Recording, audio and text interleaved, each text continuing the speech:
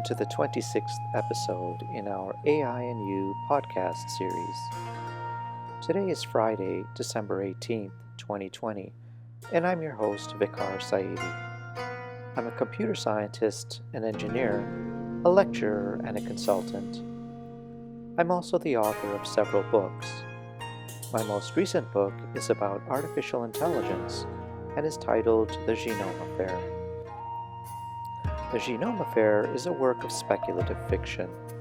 It examines what the world might be like if some of the more extraordinary capabilities forecast to be realized in AI over the next 20 to 30 years were actually realized today.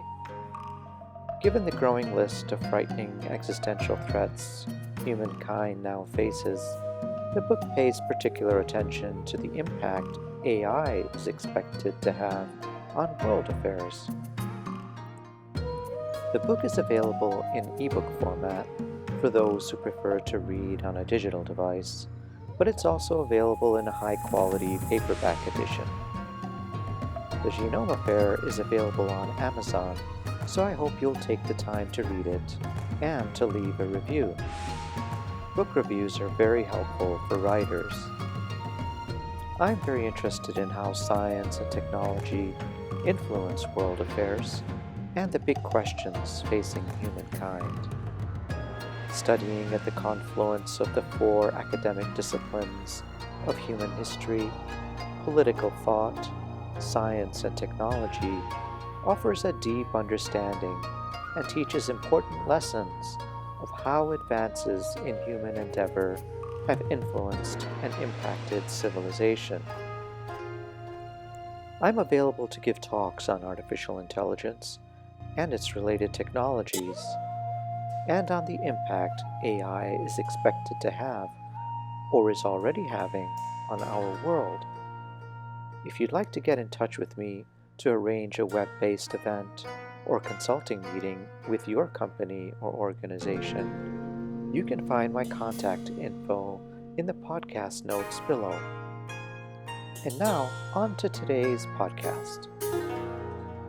In our last podcast, episode 25, I spoke about artificial intelligence, connectomics, and transhumanism, and what these revolutionary disciplines at the leading edge of science and technology might mean for the future of human evolution and intelligent design. In today's podcast, episode 26, I'll be talking about a major upheaval within the ethical AI team at Google. Let's get started. Things were approaching a boiling point at Google this week, following a letter sent by the Alphabet Unit's ethical AI team to CEO Sundar Pichai. The letter contained a series of demands regarding the recent departure of one of the team's prominent leaders and researchers, a black woman in a field of specialization that's largely white and male. The letter to CEO Pichai was titled "The Future of Ethical AI at Google," and it spelled out a series of steps that ethical AI team researchers requested the company to make in order to rebuild trust between the team and Google's senior management, and to create an environment in which they could continue their work. The ethical AI team researches the ethical consequences of artificial intelligence and then advises the company's leadership team on ethical AI policies for their products. The letter comes in the wake of the unexpected departure of the co-leader of the ethical AI team, Timnit Gebru. Dr. Gebru, a Stanford PhD in AI who trained under Fei-Fei Li, was one of only a few black employees at the company. Only 3.7% of Google employees are black, according to the company's 2020 annual diversity report. Gebru had helped establish Black in AI, a group that supports black researchers in the field of artificial intelligence. In 2018, Gebru co-authored pioneering research in the field of facial recognition technology that highlighted how poorly commercial facial recognition software performed when attempting to classify women and people of color. The paper demonstrated that people of color and women are misidentified by the technology far more often than white faces. This research was instrumental in persuading Amazon, IBM, and Microsoft to stop selling the flawed and dangerous technology to law enforcement agencies around the country. Gebru and her colleagues' work led to widespread awareness of issues common in AI today, particularly when the technology is tasked with identifying anything about human beings. Gebru, who studies the ethics of AI and was one of the only black research scientists at Google, says she was unexpectedly fired following a dispute over an academic paper and following months of speaking out about the need for more women and people of color at the technology leader.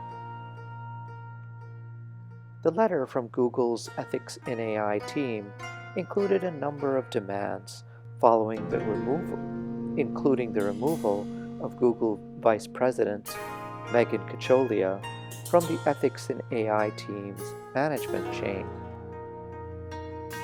It also called for transparency surrounding Dr. Gebru's departure, as well as for Google's head of AI, Jeff Dean, and Megan Cacholia to apologize for how Gebru was treated.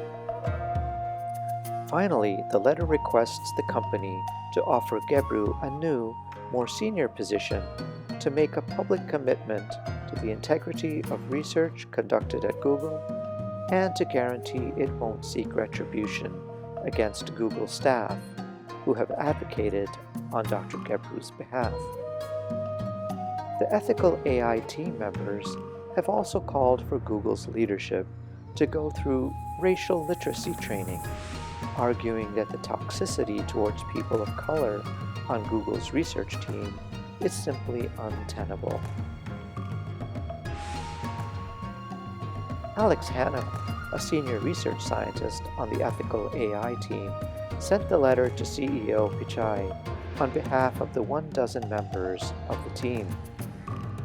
Hannah's letter said, offering Timnit her position back at her higher level would go a long way to help reestablish trust and rebuild our team environment.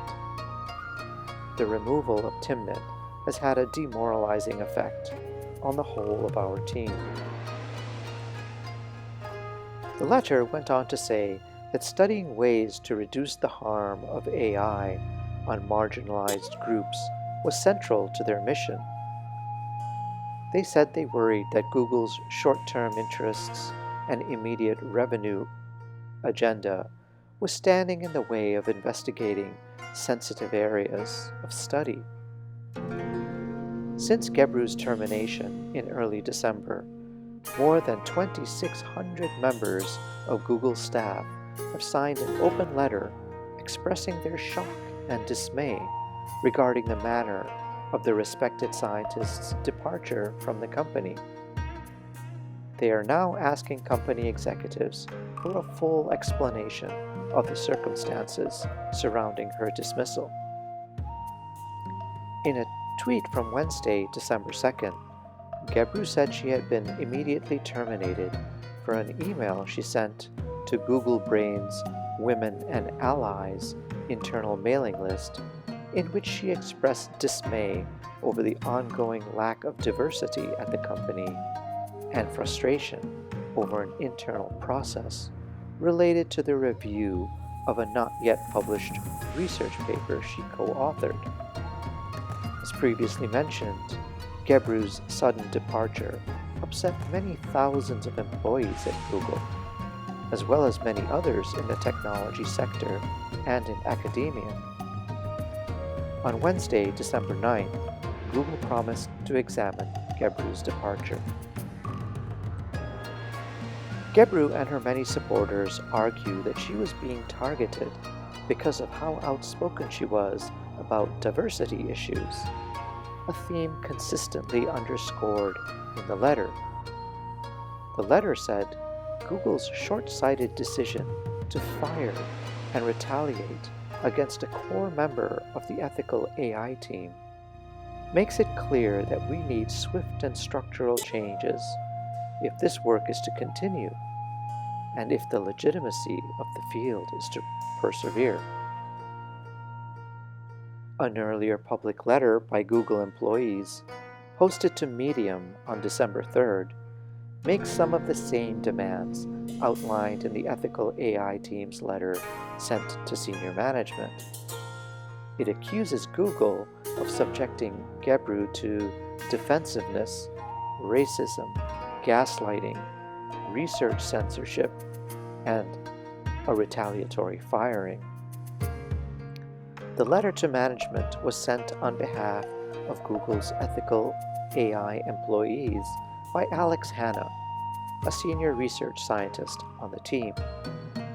It comes following a public letter of support for Gebru, signed by nearly 2,700 Google employees and more than 4,300 academic researchers and other supporters, and a public statement from Gebru's colleagues disputing a company executive's claim that she had resigned rather than being fired. In November of 2020, Google had asked Gebru to retract a research paper focused on the potential biases incorporated into an AI system that attempts to replicate human speech, a technology that drives Google's search engine. Google argues that the paper did not meet its standards for publication, and that Gebru did not follow the company's internal review protocol. Google has a history of striking back against employees who agitate internally for change. Organizers of the worldwide walkouts at Google in 2018 over sexual harassment and other issues were fired by the company. And more recently, the National Labor Relations Board accused Google of illegally firing workers who were involved in union organizing. By speaking openly about these issues in ethics, in critically important industries such as tech and artificial intelligence, I hope to lend my voice as a writer to a chorus that seeks to hold the most powerful scientific and technological organizations to account, and for the benefit of society. Thank you for spending some time with me. I'm trying to follow the TED Talk format, and so I'm keeping these podcasts under 20 minutes. Let me know what you think. I hope you'll find these insights into artificial intelligence helpful, and I hope you will read my new book, The Genome Affair. It's on Amazon. Please take the time to like and share this video.